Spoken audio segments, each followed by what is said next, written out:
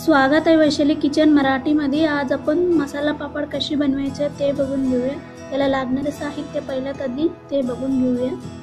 इथे मी 2 उडदाची पापड घेतलेली आहे, तुम्ही बघू शकता। इथे मी तव्यावरती भाजून घेतलेली आहे, तेल वगैरे नाही लावलं, तुम्ही पाहिजे तर तेल लावून भाजू शकता।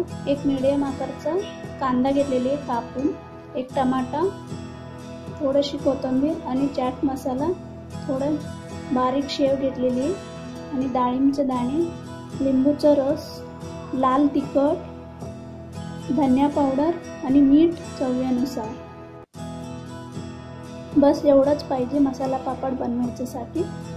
पहिल्यात आधी आपण पापडवरती टमाटा घालून घेऊया छानपैकी। तुम्ही हवे असले तर हा सगळा भाज्या आणि मसाला एकत्र टाकून पापडवरती टाकू शकता, पण तसं केल्याने पाणी सुटते म्हणून मी तसं नाही करत। नंतर कांदा घालूया छानपैकी, तिखट आणि चिमूटभर धनिया पावडर आणि मीठ चवीनुसार, चिमूटभर चाट मसाला आणि डाळिंबचे दाणे।